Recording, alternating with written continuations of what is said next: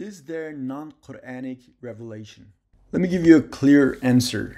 Revelation descending to the messenger of God consists of the Qur'an. If there was a revelation other than that, it would be in the Qur'an. To argue otherwise would be slander to God, the messenger, and the Qur'an. There's a verse in the Qur'an that the jugular vein would be cut off if the messenger revealed words other than revelation. See Surah al Hakka, chapter 69, verses 44 through 47. There's a verse in the Qur'an that if he does not communicate the revelation, he will not do his duty.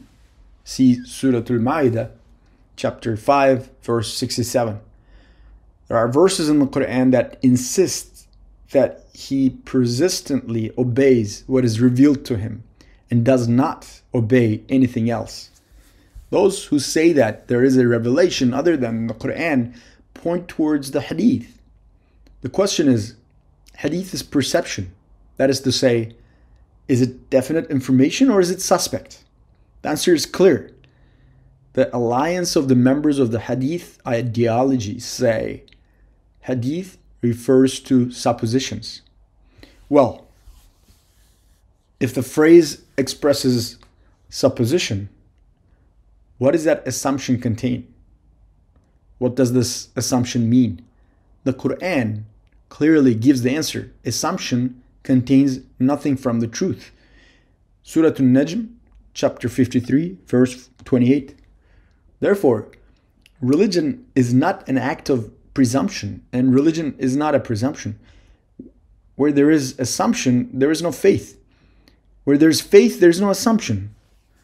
I believe and I assume are the opposite of each other.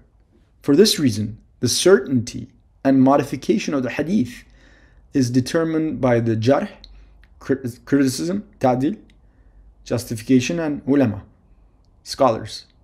Jarh, ta'dil, and ulema involve people who deal with the branch of science that question the reliability of the names in the chain that transports the Hadith to us.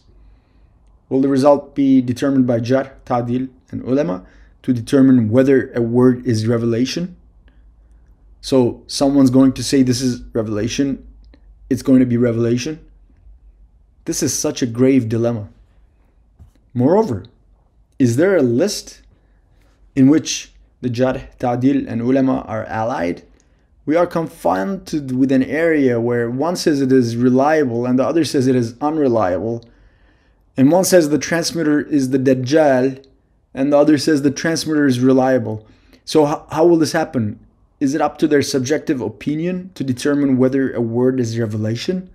In other words, if it is to be determined whether a word is revelation by someone's subjective convictions, and then if it is to be declared revelation, is it not up to the servants to determine whether the word of God is the word of God? Yes, as the Hadith narrations are human words as of their final transmission, but revelation is divine word. Declaring the human word as divine is equivalent to declaring man as God. This is shirk, idol worship. Let me recommend a book about this subject as well. There are many books, but there is one that is very important. Mehmet Sait Hatipoğlu, who is a professor of Hadith, has written on the claim of Non-Qur'anic Revelation and published under the same name. It is a great work. It is a magnificent work that deals with the inconsistency of this claim and dissects each component of this claim one by one and refutes the alleged items. It's not so thick, a readable volume. I recommend this work to everyone.